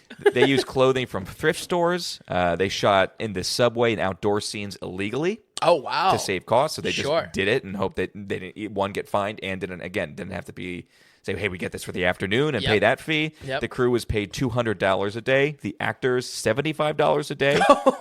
And then the post-production budget cost $68,000. So overall, it was $68,000, and that was a lot of the excess cost or the production cost of developing the film. Interesting. Because you have to kind of ship it out. Yeah. If you don't have an in-house guy, and then they take care of it, and then they ship it back. Yeah, that can be very expensive. Clint Mansell did the music, who again became very famous and continuing to work today, being a composer. Right, a lot of love for Mansell in this year with Love Lies Bleeding. Like he's still like working as a composer and like pumping out great stuff. Yeah. Just like the Coen brothers guy, Carter Burwell. Yep, huge name. So anyway, that's pretty much all I have on the early stuff with Aronofsky. It made a little bit of money, so these are small films. But low budget, once again, big time. That's how they funded it. Let's jump into Pi. Ben, and we'll take it back and forth. Yeah, absolutely. Well, Darren Aronofsky, the boy from Brooklyn, coming back to the podcast after a real long time. And boy, was this one hell of a New York film. Wow, I mean, if you've seen this movie, you know this is New York.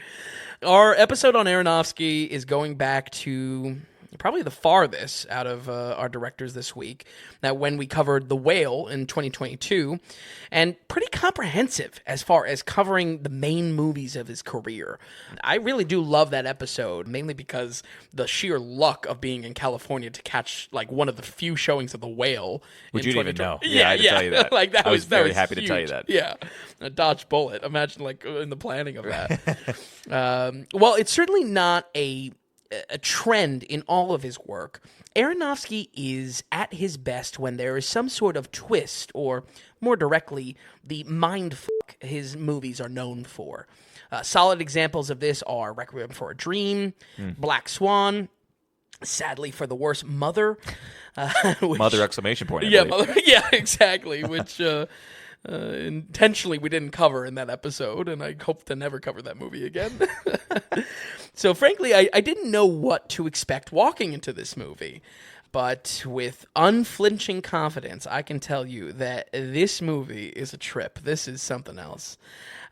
Before I get into what the story is about, I want to clear some things up with some genre tags associated with the film. Depending on where you look online, this movie is called everything from a thriller, drama, sci-fi, horror, and for sure added to my own confusion. Yeah. About what I was stepping into. I think anytime I experience something like that I can actually like provide some guidance to movie watching, I know I want to, make note of it in the podcast, because I was confused about what I was stepping into with this. So let me wash away all the tags and just directly call this an art house nightmare film. Actually, that's really good. Yeah, it's a nightmare. I think I put sci-fi. I saw it, and I was like, no freaking way. Yeah. Putting this on the site, I think I put it as, I want to say drama thriller. Yeah. Because it's tough. Art house nightmare, I love. Art house nightmare, yeah. Exactly. Totally. I don't want to bloat the site with tags or custom tags, but this is much more of a horror than I initially expected, and straight up feels like this is really what all my thought around this movie was consumed with. It feels like Eraserhead meets Mr. Robot. Like those two had a baby. I love that. Yeah. I love that, Vin. Yeah. I think it's right on the money too. Eraserhead's black and white. Too. Yeah. The David Lynch side of that comparison is pointing to, again, that use of black and white with more than a handful of surreal moments. I think we could probably make a small compilation on the site called "What the F is in the Sink." And this movie and Eraserhead and maybe a few others could be in there. Maybe some Cronenberg movies. But equally, the heavy neurotic narration, obsessive time stamping, kind of a cross-section of intellect and conspiracy, the self-prescribed cocktail of drugs, all of it felt like the foundation of Mr. Robot, or at least what I know about the show. I watched the first season. Yeah, God. There we go. I swear to God, I never watched season There we 2 go. or 3. Really liked it. Right. I did. Great first season. Can't wait to watch more. Oh, man. Now, folks, I think you can already guess this was way up my alley. But, Tom, I think the biggest question I was most curious about this week was your watching experience of Pi. If I could be a fly on the wall, you don't like horror. I don't know if you like Darren Aronofsky. Okay. Yeah, please. So Aronofsky is who I was least familiar with all these guys. Okay. So I don't know the whole DNA. I can totally say Aronofsky in this. I'm so unfamiliar with him. I don't consider this horror. Okay. And that's why I also didn't put it on the site. No. Okay. No, I wasn't scared by it. I think it was psychological thriller, I would say. Psychological stressful. drama. Yeah. You weren't. I was expecting you to be like I don't even writhing, either hating the film No. or just like in agony. Yeah. I didn't hate this film. Okay. I didn't love this film in any Sure. way. And again, a very simple film, very basic, even more less traveling than Following with Chris Nolan. Traveling, I mean, as far as, we're really a lot of street walking. that in Following or Both. I think in this we have 3 main sets. Oh, true. And we're hanging out in them, basically. Yeah, I guess I'm thinking of like the scrambly like street footage. Right. And so I appreciated watching this director's first work. I have no need to return to this again. Oh, really? I'm impressed with all of these films because it's low budget and their first ones. It's your first time really dealing with the camera and directing actors and all of that. And that's the why business angle. In the very beginning of all of this, I kind of said, yeah, I give leniency to these guys. Sure. And even if I'm not purposely giving it to them, it's just naturally, it's like, okay, yeah. Yeah. Again, if this was Aronofsky's 4th or 5th film and this is the one everyone's talking about, now I'm angry. Now I'm upset because there's not enough there for me. Sure. But I didn't consider it horror. I wasn't really scared. I just saw it very simple. Well done for what he wanted to tell and for the story. I just didn't care that much. Oh, okay, all right, interesting. That's kind of where a I'm little at. apathy. Okay, well maybe that'd be the waste of the wish to be a fly on the wall. Then. I think this was the first one I watched. Really? Yeah. You're in the deep end. So yeah, Pi is, again, art house nightmare that incorporates a huge amount of styling to match its equally vast subject matter. It's conspiratorial, it's a decent bit cyberpunk, and it's extremely surreal. We follow a mathematician obsessed with finding patterns in life by understanding the concept of repeating numbers. Pi may be the most famous sequence, but he soon finds a trail of clues that leads to bizarre connections. He uses his mathematical prowess mainly in the pursuit of predicting the stock market, but quickly numbers start to appear in everything from simple games to even religious concepts. For this 90 minutes of runtime, we see him dive deeper and deeper into madness as he claws ever closer to the ultimate answers he seeks. But as the old adage goes, knowledge has a cost. I would say the story has a heady cross-section. This also felt like a first, not student film, but a first film in the sense that, like, when you're writing, a script like this or a project like this, you really want to just like put everything in it. Yeah. And this felt like pulling from just like everything. As far as inspirations and heady concepts and conspiracies and religion, it's just a lot going on. I'll say this for how I was feeling towards it. I think part of the reason why it was palatable for me was because it had an intellect where I didn't feel like he was quite pulling it out of his ass. I did like that. because it's so number based, I thought that some of the dialect was somewhat interesting. Yeah. So, for instance, like I really can't stand Darren Aronofsky's Noah. I just don't Another like one we didn't cover. Right. It was just like it was pulling teeth. I don't even know if I ever finished the film. Yeah. With this, it's heady and it gets. Maybe you could think it's his first time he wants to put it all on the paper, like you said, just kind of vomit his thoughts out on this and make it happen. There was some type of intellect there that made it interesting. Yeah. And with the numbers and all this and getting into the religion aspect of it, it was. I could be. I wasn't mad. Sure. And I was I was watching it. See, for folks that want maybe some dialogue from Ton on horror films, this is what it would be. I wasn't mad. I didn't hate it.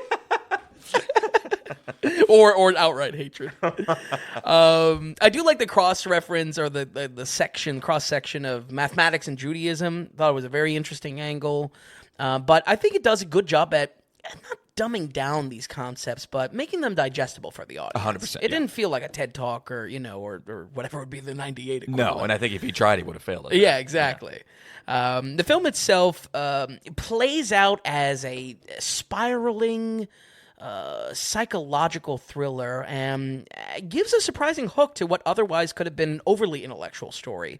I think this could have very easily got lost in its own aspiration for what the story covers, and if anything, that type of failed balancing act is what 2017's Mother tries to juggle and fails at completely. There you go. Yeah. I feel like these two films really almost side by side not in story matter, but in just how vast of a subject they're trying to tackle in a movie, a movie of all things. So I think for both of our black and white films this week, I was ready to pigeonhole them for choosing this feeling very first-time student film, using black and white. I feel like it's a cliche, definitely in modern day. But honestly, I thought the visuals in this were great. I think I liked the visuals the most in the movie. I absolutely loved his obsession with spirals and how math topics like the Fibonacci sequence were able to be like style and substance. Yep. Something brought up in just like the normal, these mathematicians talking, but then actually plays into a little bit of what's being found with like spirals and stuff like that. Also, like I mentioned, the nightmarish tech in his room specifically, I think flirts with some cyberpunk vibes. I think that's where some people online are calling this slightly sci-fi, in which that it only makes sense for not only 1998, but also Aronofsky has a long tendency of ripping off animes for a few scenes here and there. That's interesting.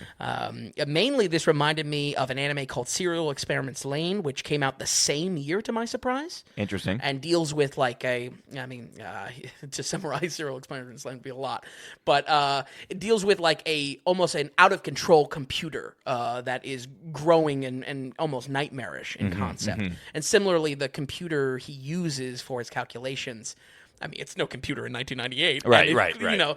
It clearly has like fictional chips and mega chips and whatnot. So interesting in its how it's presented and its style. On top of that, once you add in the breakbeat electronic soundtrack by Clint Mansell, this distinctly comes off as the year 1998, and that was to my delight. That's why I loved how late 90s this felt. This felt like do a doubleheader with Matrix 1 and Pi. That's the vibe I want. I had another movie in mind. what was the doubleheader? The Aviator. Why? Because of the neurotic kind of the way that your own insanity brings you down in the end. Way the future. Wait, that's what I pictured this guy every time he was at his sink. All right, looking in the mirror and going, "Way the future, way future." Yeah. Washing his hands. Yeah. What's in the sink? Your double headers are better than mine. Mine's more of a joke. I think you have it on the story element. That's good. Character double header. I would say the slight downfall for this, because I was really digging this movie. A slight downfall is the script kind of came off as funny to me, which I think is totally not what it's trying to juggle. It's not trying to be funny at all. Because it's too silly? Yeah, it's so edgy how it came off. Like he turns down a job offer for like the biggest financial firm with the most edgelord Reddit response I could ever imagine. He's just like, I'm working on things that will change the world. And it's just like, it storms off. Like the shots help it in a comedic way as well. When you have like the Wall Street, like Condoleezza Rice going up to it in his face. That's fucking right on the money. Wow. Thank you. But the way that's shot, even, and some of his hysterical things, there is a goofiness to it because it's so kind of crazy in the way it unfolds. And he's so edgy, it's so like melodramatic almost. It's interesting, and for sure. I like how this character is losing his mind and at the same time is rooted in principle. Yeah. Because even when he is at the tip of, he's losing his mind. Yeah. And when he could totally go and break down completely, he for some reason snaps out of it a little bit, and then he starts going through his mantra. Well, that he's annoyed with the other people. Yeah. And all of a sudden he can still keep some type of reasonableness to him. Yeah. And think for himself and still be super stubborn about what he's got going on. I kind of like that. Yep. And to the aspect of this goofiness of what we're dealing, it does. First of all, yes, there is some is some goofiness to the film, and I think it is part of the script. Some of the way the shots look as well, but I think it betrays that feeling of, I don't know. So you paranoid schizophrenia, like it's like a schizophrenic break. So do you like these shots where it almost is goofy? And silly no, at times? I think takes you out of it. That was taking me out of it, and again, that ties into a little bit of performances as well. Okay, yeah. Overall, I liked how the film was pitting things against this one guy. I like that we're dealing with supreme corporatist Wall Street and then just old school religion. Yeah. And they're both fighting for this guy. And it's just that I liked the play on that. Yeah. It was interesting. Absolutely. But I think in this edginess, we'll call it, whether it's meant to be comedic or not, that's where it hit me. If Aronofsky is trying to be anything, he's trying to be edgy. Constantly. You look at a lot of the camera work in this, and you can clearly see the foundation of what Requiem of a Dream will be using 2 years later. But unlike a lot of his films, I think leaning so much into the surreal elements, the psychological elements, gave him useful guardrails to focus on what needed to be focused on. I feel like, again, this is just so close, so on the knife's edge to slipping into anything from preachy, overly edgy, to intellectual, just a movie that doesn't make sense. So much could have been stepped over the line. And whether it came from low expectations or going in kind of blind, I thought this was legitimately one of his better movies, period. And well worth checking out regardless of it being first or not. We're going to go ahead and give Pi a 77. Oh, wow, Vin. Yeah. I know you're going to disagree with that. That's fine. And you know what? You notice that I'm not giving two shoes on these. I don't feel I was close to Reservoir Dogs, and then after seeing Pulp Fiction, it almost like lessened Reservoir Dogs a little bit too much. But that also means I didn't hate it either. Yeah. And this was the one to hate for me. Right. 77. I'm almost. This is higher. This is the big shock to me almost. Sure. Not that you didn't defend it or anything like that. What were you grooving on the most? Would you say what was you were riding on the high the most? Definitely this Eraserhead meets Mr. Robot had a baby. Okay, so not only especially looks, on but the this guy. surreal element. How much was it this guy's performance that was selling it then? See, that's where I think the edginess hurts it, because I feel like, again, there's some moments you're just like, oh, this guy's a loser. This guy's a nerd. So the style of the film. Yeah, it's all in the style. It's all in what I think are the horror moments of it. I agree with you in that it's not all the way horror. Yeah. But when that surreal turns into horrific, the what's in the sink element, I was like, wow, I mean, this is, in ways, I thought it was better than Eraserhead, as far as like similar like crazy rides that we go on. And definitely a lot more palatable than a David Lynch movie, for better or worse. So, main guy, by the way, Sean Gillette? Yeah. Or Gillette? Just want to give I don't think we said his name. Yeah, no, I didn't say his name.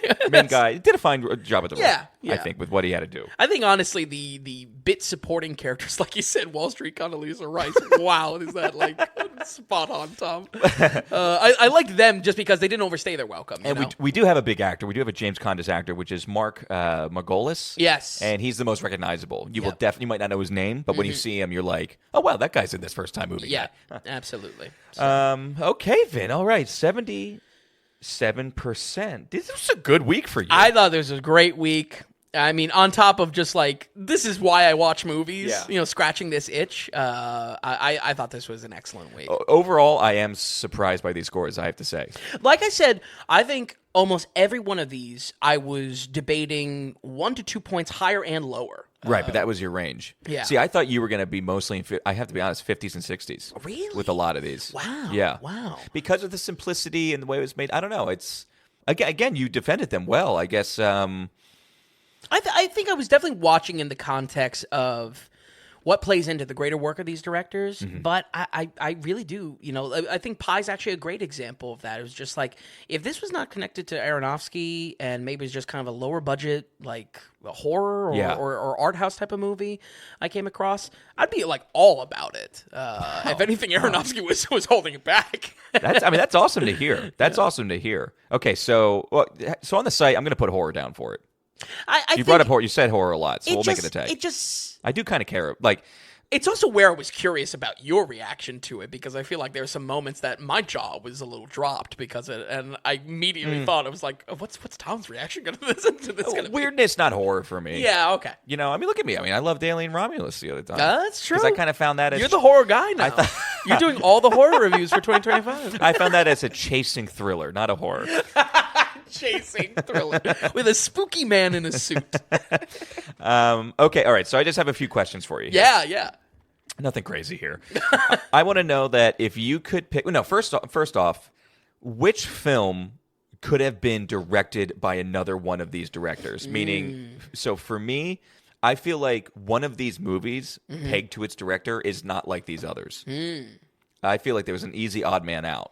It's got to be Bottle Rocket. Okay, yeah, that's the same. Yeah. Like I can actually picture the Coen brothers directing Bottle Rocket. Oh, sure.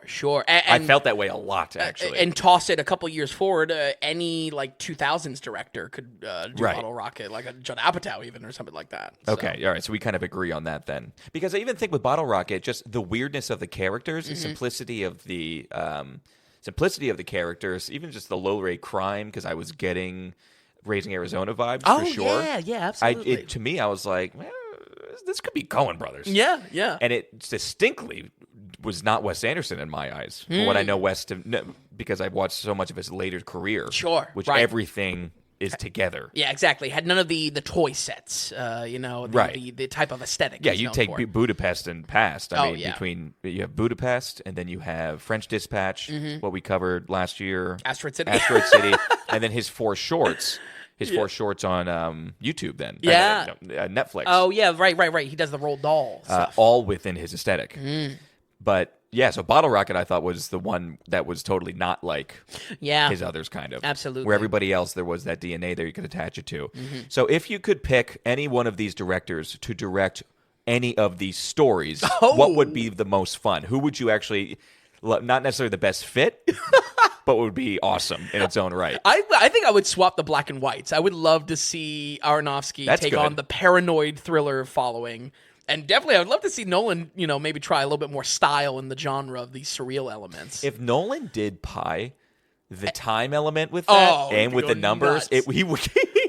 I feel like he would also be interested in like the scientific, intellectual side. He would make it more sci-fi. I don't see this film as sci-fi at all. Yeah, I don't either. Like not even in the slightest. I think it the only way it comes from is just that like again like the microchip that he gets from the Wall Street people. Yeah, like that's clearly like a fictional microchip. Like I think it's in the tech, but I'm with you. It's not a genre.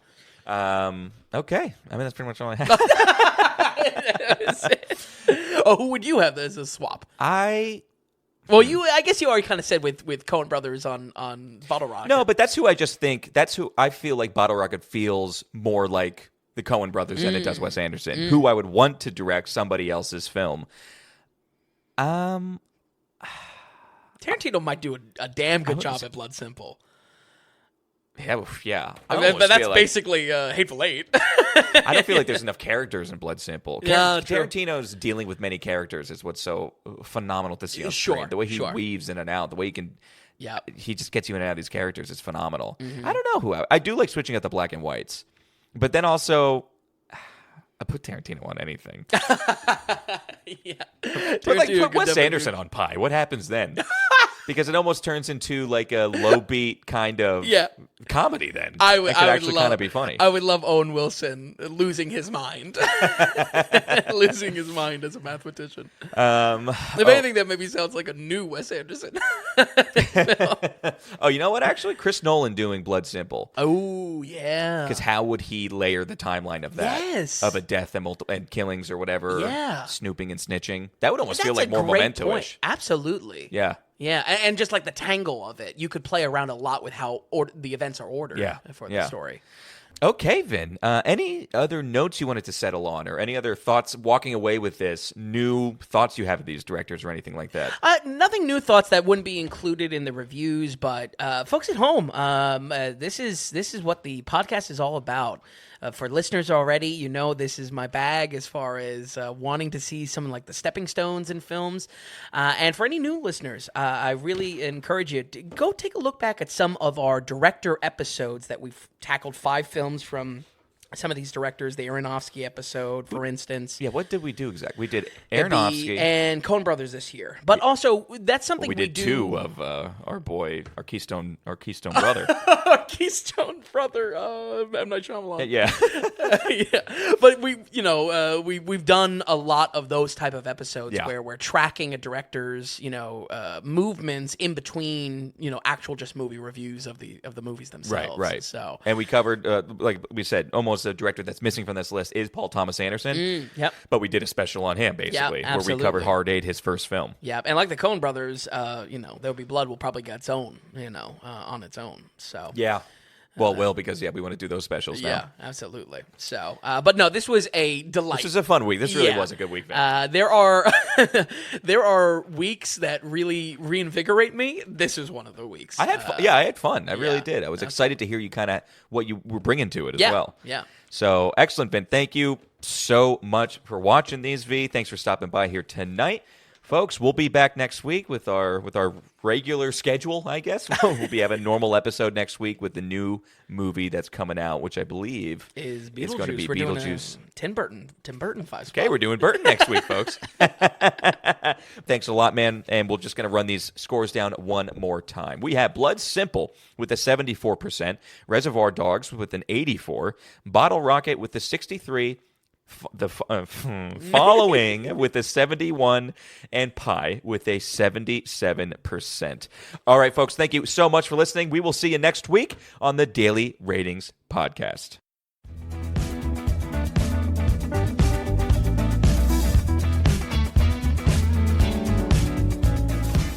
And hey, just remember, folks, that if you enjoyed the podcast, if you would, give us a good rating, or at least get the word out and tell a friend about it. Just a reminder that Daily Ratings is completely producer-supported. We want to stay away from advertising, and we don't want to have any paywalls, tier structures, or subscriptions. It's all just value for value. So if you're finding value in any of the things that we're doing here at the Daily Ratings, then become a producer and donate whatever amount of value that is. Just go to the donations tab on thedailyratings.com, and while you're there, be sure to check out the massive amount of films that Vince has rated. So thanks so much, everybody. We'll see you next week on the Daily Ratings Podcast.